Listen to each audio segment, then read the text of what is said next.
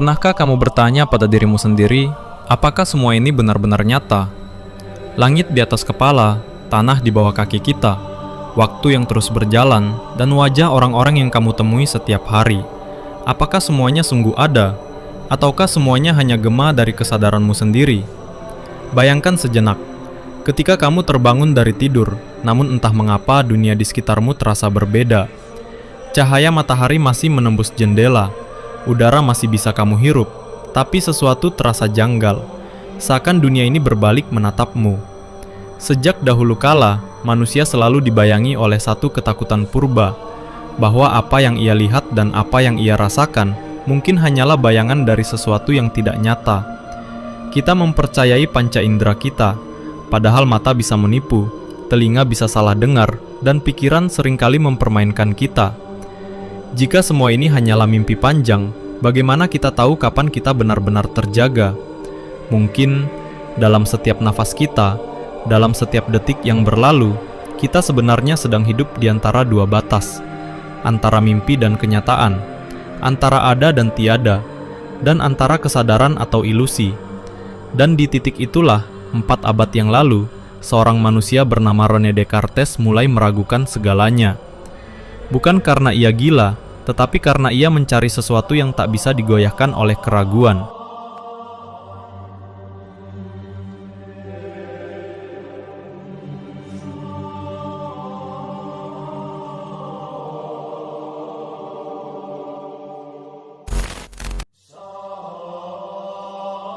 Bayangkan skenario terburuk yang bisa diciptakan oleh pikiran.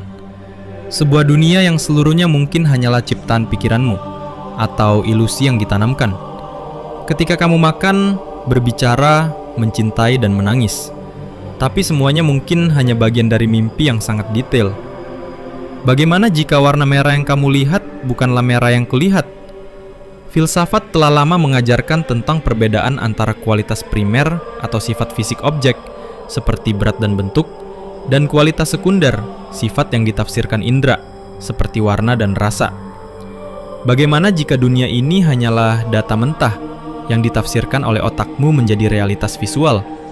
Namun realitas sejati di luar itu sama sekali berbeda. Kita begitu bergantung pada panca indera. Namun setiap panca indera bisa salah.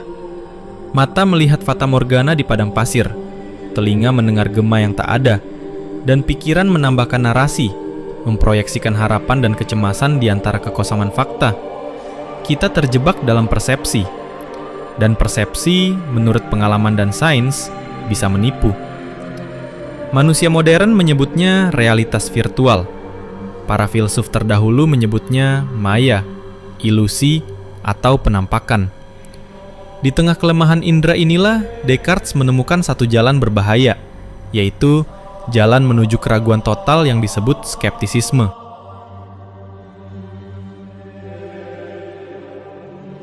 Sebelum Descartes, telah ada para pemikir yang menabur benih keraguan di dunia pemikiran. Mereka disebut kaum skeptis. Bagi mereka, kebenaran bukanlah sesuatu yang pasti, melainkan sesuatu yang selalu perlu dipertanyakan. Filsuf Yunani kuno seperti Pirho dari Elis pernah berkata bahwa tidak ada satupun pengetahuan manusia yang benar-benar bisa dipercaya. Epoke atau penangguhan penilaian. Indera bisa menipu, akal bisa keliru, dan manusia terlalu mudah terperangkap oleh keyakinan emosionalnya sendiri. Skeptisisme bukanlah pesimisme atau bentuk keputusasaan.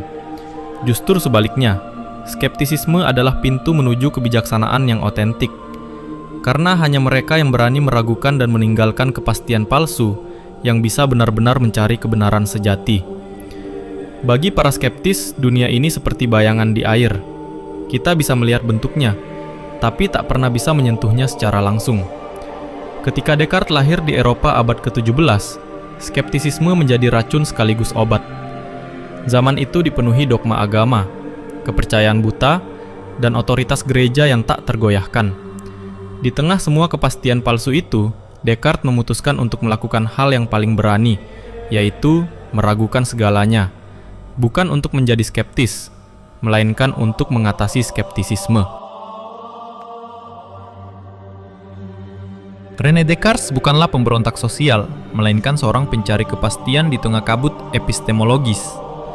Ia hidup di tengah revolusi ilmiah, di mana otoritas lama yang dibuat oleh Aristoteles dan gereja mulai digoyahkan oleh temuan-temuan baru.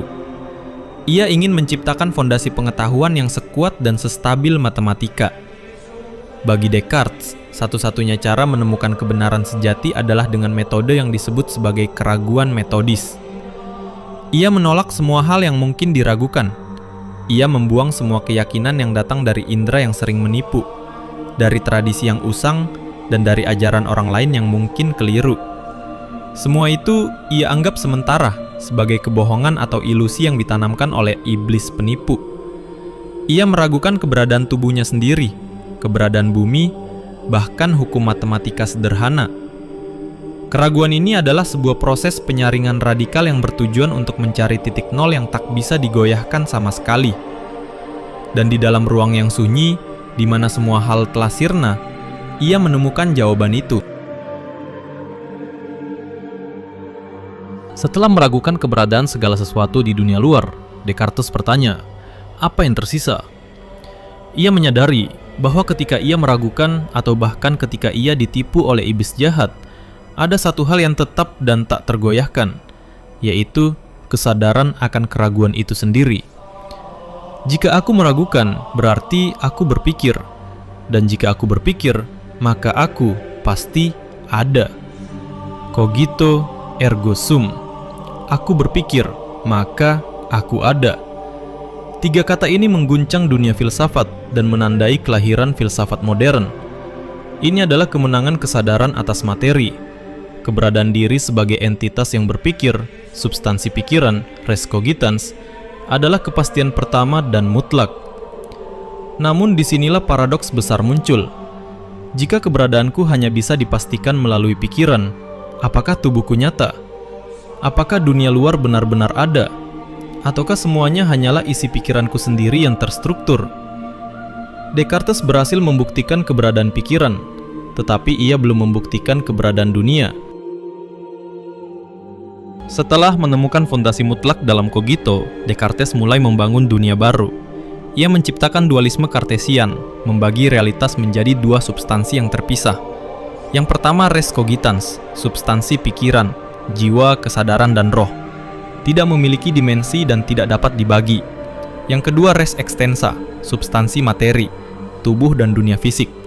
Memiliki dimensi, dapat dibagi dan tunduk pada hukum-hukum mekanis. Bagi Descartes dan aliran rasionalisme yang ia kembangkan, alam semesta adalah mesin besar, mekanisme, yang dapat dijelaskan sepenuhnya dengan matematika dan logika. Tubuh manusia pun hanyalah mekanisme biologis yang kompleks atau sebuah automaton, sementara pikiran adalah substansi lain yang terpisah. Meskipun pandangan ini mendorong kemajuan sains dan fisika, karena alam dianggap dapat diukur, dunia yang dijelaskan lewat logika ini pelan-pelan kehilangan misterinya. Semesta berubah dari keajaiban yang agung menjadi sekedar kalkulasi. Di titik inilah, filsuf dan teolog mulai bertanya, apakah realitas hanyalah mesin tanpa makna? Ataukah ada sesuatu di balik logika yang tak bisa dijelaskan oleh angka? 2 abad setelah Descartes, muncul Immanuel Kant yang mencoba menjembatani jurang yang diciptakan oleh dualisme Kartesian dan skeptisisme. Kant setuju dengan skeptis bahwa pikiran tidak dapat langsung mengakses realitas. Namun ia tidak setuju bahwa kita harus menyerah. Ia berpendapat bahwa pikiran manusia memiliki struktur bawaan yang mengatur cara kita memproses informasi. Kant berkata, kita tak pernah melihat dunia sebagaimana adanya. Kita hanya melihatnya sebagaimana pikiran kita memahaminya. Ia membagi realitas menjadi 2 wilayah. Yang pertama, fenomena. Dunia sebagaimana ia tampak kepada kita, setelah difilter dan disusun oleh struktur pikiran kita, seperti ruang, waktu, dan sebab akibat. Inilah dunia yang kita tinggali. Yang kedua, noumena. Dunia sebagaimana ia sebenarnya, terlepas dari persepsi kita. Realitas objektif atau noumena selalu tersembunyi di balik tirai persepsi. Kita hidup bukan di dunia sebagaimana adanya, tetapi di dunia sebagaimana kita menafsirkannya. Kant menunjukkan bahwa keraguan Descartes adalah benar. Kita tidak bisa tahu realitas sejati, tetapi kita bisa tahu realitas pengalaman. Dari Kant, muncul aliran idealisme, khususnya idealisme Jerman seperti Hegel, yang melangkah lebih jauh, mengklaim bahwa dunia tidak ada tanpa pikiran yang menyadarinya, bahwa keberadaan bukanlah sesuatu di luar sana, melainkan sesuatu di dalam kesadaran. Bishop George Berkeley, seorang idealis awal, merumuskan, esse est percipi, ada adalah dipersepsi. Apa artinya meja tanpa seseorang yang melihatnya? Apa artinya suara tanpa seseorang yang mendengarnya? Jika tidak ada kesadaran untuk memproses getaran energi menjadi warna dan suara, maka warna dan suara itu tidak ada dalam pengertian manusia. Mungkin dunia ini hanya ada karena kita sedang menyadarinya, dan ketika kesadaran kita berhenti, misalnya dalam tidur nyenyak tanpa mimpi, realitas personal kita ikut lenyap bersamanya. Idealisme adalah puncak dari keraguan Descartes, yang berakhir pada kesimpulan bahwa kesadaran adalah satu-satunya realitas yang sejati. Kini, di abad ke-21, pertanyaan Descartes hidup kembali dalam bentuk yang jauh lebih mengerikan, didorong oleh kemajuan teknologi. Bagaimana jika kita hidup dalam simulasi komputer? Nick Bostrom, filsuf modern, mengajukan argumen simulasi. Ia berargumen, jika peradaban maju mampu menciptakan simulasi sejarah leluhur dengan kesadaran yang sempurna, dan jika peradaban tersebut tertarik menjalankan banyak simulasi seperti itu, maka kemungkinan besar secara statistik kita adalah salah satu dari jutaan simulasi itu, bukan realitas dasar. Mungkin kita hanyalah program dijalankan oleh entitas di dunia yang lebih tinggi. Mungkin realitas hanyalah permainan yang sangat mendetail, dan Tuhan hanyalah programmer yang menulis kode keberadaan kita. Keraguan terhadap panca indera kini digantikan oleh keraguan terhadap bandwidth dan coding alam semesta. Namun, ilmu saraf dan psikologi menawarkan pandangan lain. Otak manusia adalah jendela menuju realitas, namun juga sang pencipta realitas itu sendiri. Setiap warna, suara, dan bentuk yang kita lihat adalah hasil interpretasi otak terhadap gelombang energi. Cahaya bukan warna sampai otak menerjemahkannya. Suara bukan melodi sampai otak menyusunnya. Realitas yang kita rasakan adalah konstruksi biologis yang unik. Neuroilmuwan berpendapat bahwa realitas yang kita alami adalah ilusi yang disusun agar kita bisa bertahan hidup dan bereproduksi. Otak menyajikan versi realitas yang cukup baik untuk kelangsungan hidup. Jadi pertanyaan kembali, apakah realitas itu benar-benar ada secara independen di luar sana? Atau hanya hasil kerja keras otak yang terus-menerus agar kita percaya bahwa kita hidup di dunia nyata, padahal itu hanyalah peta internal kita? Realitas yang kita anggap nyata hanyalah sebagian kecil dari apa yang ada. Kita hanya bisa melihat sebagian kecil dari spektrum cahaya. Kita tidak bisa melihat gelombang radio, sinar X, atau sinar gamma. Kita hanya mendengar sebagian kecil dari frekuensi suara. Anjing bisa mendengar apa yang tidak kita dengar.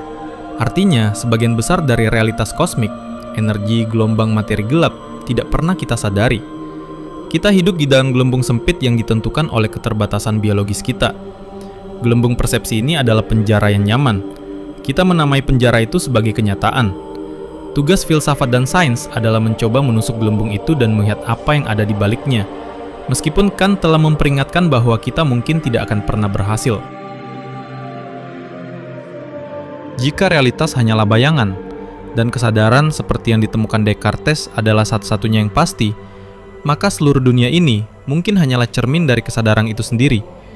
Mungkin nyata bukan berarti sesuatu yang bisa disentuh secara fisik, tetapi sesuatu yang bisa disadari atau dialami. Jika kita mengambil kesimpulan paling radikal dari semua ini, maka realitas tertinggi bukan di luar sana, melainkan di dalam diri kita sendiri, dalam substansi pikiran, res cogitans, yang menjadi fondasi segala sesuatu. Filsafat telah membawa kita kembali ke titik awal, bahwa misteri terdalam dari alam semesta bukanlah bintang atau atom, melainkan kesadaran itu sendiri.